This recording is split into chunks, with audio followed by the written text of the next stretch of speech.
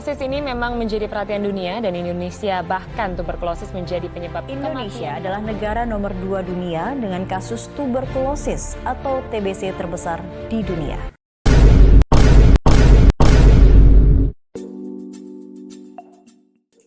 Halo teman-teman semua, bagaimana kabarnya hari ini? Semoga baik-baik aja ya. Selamat datang di podcast Alpukat, Amati Gejala Putuskan Rantai TBC. Nah, kami dari SWG 6 dalam rangka memperingati World Tuberculosis Day mendapatkan kesempatan untuk berbincang-bincang nih dengan narasumber kita, yaitu Dr. Hairunisa. Selamat sore, Dr. Hairunisa. Sebelumnya kami ingin mengucapkan terima kasih banyak karena sudah berkenan untuk menjadi narasumber kami pada podcast hari ini. Baik dokter, oke sebelum kita ngobrol panjang nih dok, mungkin dokter bisa memperkenalkan diri terlebih dahulu dan sekarang lagi ada kesibukan apa nih dokter? Oke, halo teman-teman, mungkin teman-teman lebih kenal aku dengan nama Hairunisa, tapi dulu waktu di UB aku lebih sering dipanggil sama Kak Caca dan teman-teman boleh banget manggil aku Caca aja, nggak apa-apa. Saat ini aku masih lagi program internship di Rumah Sakit Tandun, itu ada di Riau, Ampat. Wah, keren banget ya dok. Berarti dokter sekarang lagi internship ya dok di Riau? Iya, benar banget. Aku lagi internship saat ini. Oh, baik dok. Mungkin karena itu sekarang kita mungkin langsung aja lanjut ke materi kita hari ini ya dok, yaitu tentang TBC. Nah, sebenarnya dok, TBC sendiri itu apa sih dok? Ya, apa yang bisa menyebabkan seseorang itu mendapatkan TBC? Jadi sebenarnya untuk TBC sendiri adalah suatu penyakit atau infeksi yang disebabkan oleh suatu kuman yang bernama Mycobacterium tuberculosis. Oh, seperti itu ya dok. Gimana sih dok kita tahu kalau dia seorang itu atau mungkin bahkan diri kita sendiri ya dok? Kalau jika kita terkena TBC, apakah ada kayak khas-khasnya, gejala-gejala khas yang dialami orang-orang pasien tersebut dok? Jadi buat teman-teman yang mau tahu gejala apa aja sih yang bisa terjadi pada pasien-pasien tuberkulosis atau TBC, pertama ada gejala utama. Gejala utama yang paling sering itu adalah batuk yang berkepanjangan lebih dari 2 minggu. Batuk tersebut lebih cenderung batuk berdahak dibandingkan batuk kering. Namun juga ada gejala tambahan lainnya seperti keadaan lemas, berat badan yang turun secara drastis yang tidak dapat dijelaskan. Yang kedua, keringat di malam hari, penurunan nafsu makan, terus bisa juga dengan keadaan demam atau meriang-meriang saat malam hari maupun disertai dengan keringat dingin. Oh baik dok, jadi gejalanya seperti itu. Lalu untuk cara penularan sendiri dari satu orang ke orang lain itu bagaimana ya dok? Apakah bisa dengan cara droplet seperti COVID sekarang ini ataukah caranya itu berbeda? Nah, benar banget. Kalau untuk caranya, tuberkulosis itu kita menularkannya dengan cara droplet untuk TBC secara paru itu sendiri. Nah, untuk droplet itu sendiri, seperti yang kita ketahui sama dengan seperti COVID, itu dipengaruhi seperti kita berlama-lama dengan pasien TBC, ajak berbicara, dia batuk sembarangan, maupun ketika pasien itu bersin. Wah, ternyata untuk penularan TBC sendiri itu sangat mudah menular ya dok. Kalau begitu, bagaimana untuk cara pencegahan dari TBC itu sendiri ya dok? Cara pencegahan untuk TBC sendiri yang pertama pasti kita harus punya PHBS, yaitu pola hidup bersih dan sehat. Yang pertama makan makanan bergizi, yang kedua cukup istirahat, dan yang ketiga etika batuk dijaga. Dengan kondisi pandemi saat ini, etika batuk kita juga sangat mempengaruhi. Terus yang keempat, karena tadi TBC juga dipengaruhi oleh faktor lingkungan, kita harus merhatiin nih bagaimana sih keadaan rumah kita, apakah suhu kelembapan rumah tersebut sudah baik atau baik, ternyata bisa dicegah ya dok ya, walaupun penularannya bisa dibilang cukup mudah. Selanjutnya dok, apa yang harus dilakukan kalau kita atau seseorang yang kita kenal terkena TBC dok?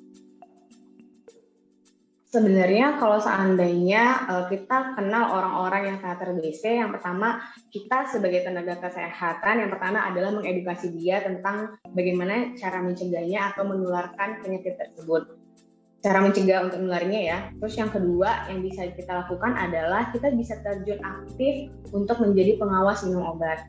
Karena mungkin beberapa teman-teman sudah tahu penyakit TBC itu kita akan minum obat bisa sampai 6 bulan. Kalau seandainya tuberkulosisnya itu di luar paru-paru itu bisa sampai 12 bulan. Nah, teman-teman bisa banget di sini jadi orang yang PMO atau pengawas minum obat. Oke, jadi dok, kan tadi setelah kita tahu semua bagaimana cara penularannya, bagaimana pencegahan dan maupun pengobatan dari TBC ini, kenapa ya dok TBC ini masih menjadi perhatian khusus bagi kita semua? Padahal kan tadi seperti yang kita tahu TBC ini sudah ada obatnya dan bisa juga diobati. Kemudian penyakit TBC ini bukan merupakan penyakit yang baru-baru muncul seperti itu dok.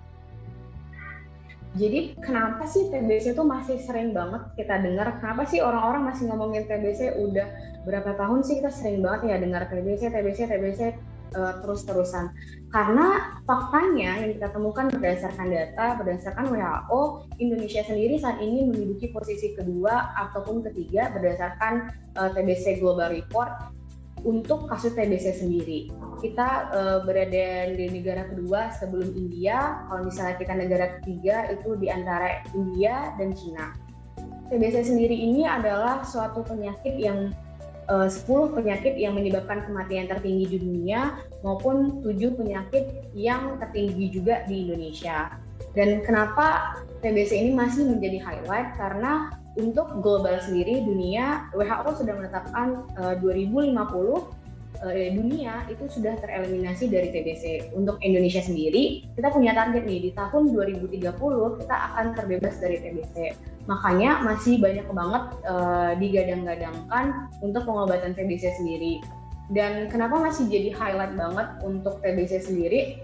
Itu makin kesini makin banyak kasus TBC yang resisten dibandingkan kasus-kasus sebelumnya. Kepatuhan pasien-pasien terhadap pengobatan TBC belakangan ini dinilai cukup lalai dibandingkan tahun-tahun sebelumnya. Makanya untuk saat ini masih digencarkan bagaimana melakukan atau terapi atau memantau pasien-pasien tersebut. Seperti itu ya dok. Jadi kita harus tetap waspada nih karena TBC itu ternyata jadi salah satu penyebab kematian tertinggi nih di Indonesia. Nah ini mungkin pertanyaan terakhir ya dok. Tadi kan dari Dr. Khoirunisa juga sudah menyebutkan tentang TBC resisten sendiri nih.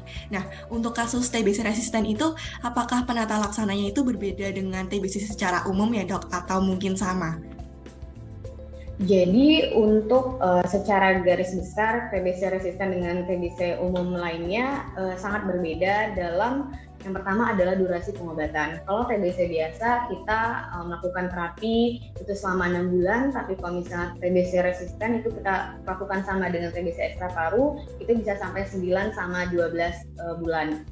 Tapi untuk regimen obatnya sendiri itu berbeda. Kita ada tambahan obat untuk yang di resisten sama di TBC yang normal. Terasa ternyata mungkin dari Dr. Khoirunisa sendiri ada closing statement yang ingin disampaikan ke teman-teman semua.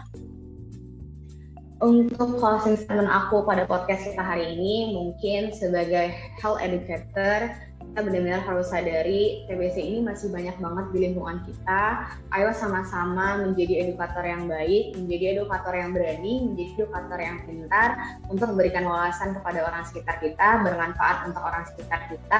Dan jangan lemah walaupun TBC saat ini tidak terlalu jadi headline dibandingkan COVID pandemi. Kita sebagai educator harus bisa tetap tidak lupa bahwa TBC ini masih berlangsung dan ada di sekitar kita. Tetap semangat! Baik, terima kasih banyak nih kepada Dr. Khoirunisa karena sudah menyempatkan waktunya untuk berbagi ilmu dengan kita mengenai TBC ini. Nah, dari obrolan ini Betul banget Mita, jadi harus tetap waspada dan jangan lupa untuk membagikan ilmu yang didapatkan dari podcast ini ke teman-teman yang lain ya. Baik, sekali lagi kami ucapkan terima kasih kepada Dr. Khoirunisa yang telah meluangkan waktu dan memberikan ilmu yang bermanfaat untuk kita semua.